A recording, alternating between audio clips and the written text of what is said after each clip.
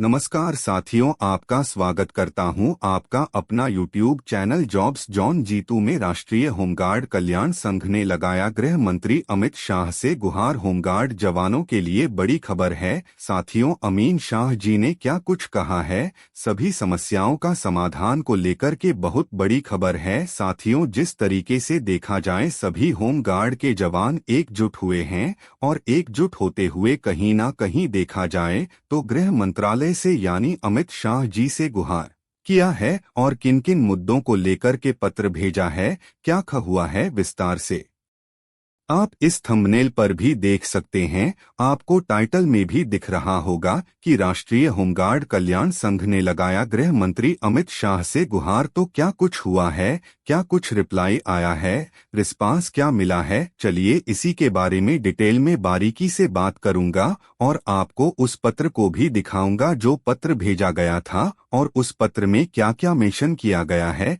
क्या क्या जानकारियां लिखी गई है, कौन कौन सी मांगों को पूर्ण रूप से दर्शाया गया है और इस पर क्या विचार आया है। तो चलिए इसको फटाफट से इस वीडियो को लाइक कर दीजिए। चैनल पर नए हैं, चैनल को भी सब्सक्राइब कर लीजिए। भविष्य में आपको नई नई जानकारी मिलती रहेगी। अपडेट की तरफ चलिए। अपडेट क्या है यहाँ पे आपको दिखाने का प्रयास करूंगा। जैसा कि आप इस पत्र को देख सकते हैं, राष्ट्रीय होमगार्ड कल्याण संघ प्रधान कार्यालय जी 123 नंदराम पार्क उत्तम नगर नई दिल्ली असम राज्य समिति गुवाहाटी नगर। यहाँ पर देख सकते हैं होमगार्ड संशोधन अधिनियम और नियमों में संशोधन करके होमगार्ड पदों को नियमित करने की प्रार्थना। जो पूर्ण रूप से देखा जाए तो होमगार्ड विभाग को नियमित करने को लेकर के और जो होमगार्ड जवानों का समस्या है उन समस्याओं को लेकर के उस पत्र को लिखा गया है और भेजा गया है, गुहार लगाया गया है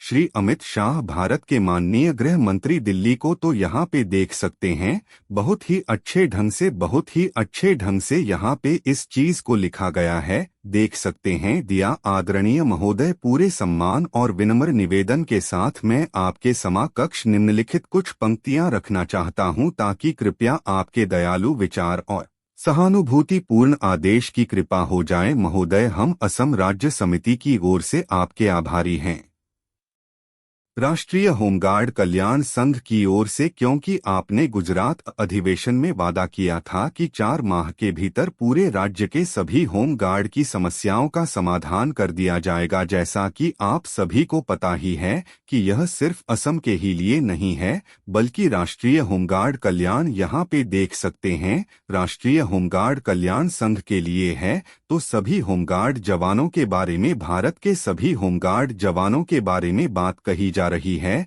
कि 4 महीने के अंदर होमगार्डों का समस्या जो है खत्म कर दिया जाएगा। उसी चीज को लेकर के आगे देखेंगे हम। सभी राज्य के होमगार्ड जवान विभिन्न प्रकार के होमगार्डों के कर्मियों के रूप में कार्य करते हैं। प्राकृतिक आपदाओं और कोरोना महामारी के दौरान तथा केंद्रीय अर्ध सैनिक बल, थाना कार्यालय, माननीय न्यायालयों आदि के साथ पुलिस बल, विभिन्न तेल कंपनियों के प्रतिष्ठानों में, ओएनजीसी और कांजीरंगा राष्ट्रीय उद्यान, रेलवे, पुलिस स्टेशन और अन्य एजेंसी संस्थानों पर है अपने कर्तव्य का निर्वहन बराबर करते हुए, लेकिन आज तक न्याय नहीं मिला। इसलिए हमें उम्मीद है कि आपके नेतृत्व में लोकसभा में स्वयंसेवक की नियुक्ति समाप्त की जाएगी और साथ ही असम के होमगार्ड की मौजूदा अवधि 55 से बढ़ाकर 60 कर दी जाएगी वर्ष, और अवधि 9 वर्ष होगी। नवीन नवीकरण प्रणाली और ऑनलाइन सॉफ्टवेयर प्रणाली परियोजना, कृपया इसे हटाने की प्रक्रिया करें। आगे देखेंगे महोदय, पूरे भारत में होमगार्ड जवानों के भी परिवार हैं,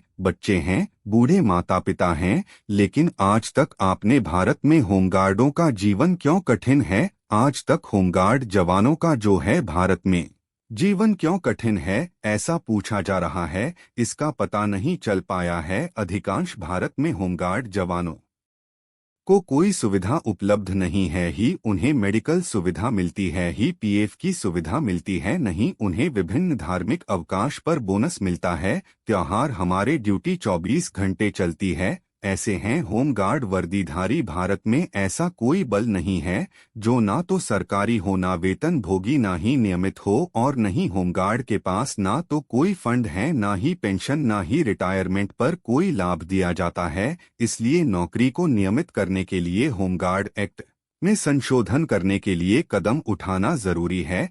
मैं आपसे होमगार्ड एक्ट की ओर से अपील करता हूं कि हमारी नौकरियां को नियमित किया जाए। आपकी इस दयालु के लिए मैं सदैव आपका आभारी रहूंगा। तो तमाम यहां पर जो समस्या है उन समस्याओं को मेंशन किया गया है, बताया गया है कि यह समस्या है। ना त्योहार पर छुट्टी मिलती है, और छुट्टी भी मिल जाती है तो उसका पैसा नहीं बनता है, और तमाम तरीके से मेडिकल सुविधा नहीं है, नहीं पीएफ की सुविधा है, नहीं कोई कुछ हो जाता है उसका कोई जीमा लिया होता है, तो तमाम असुविधा है।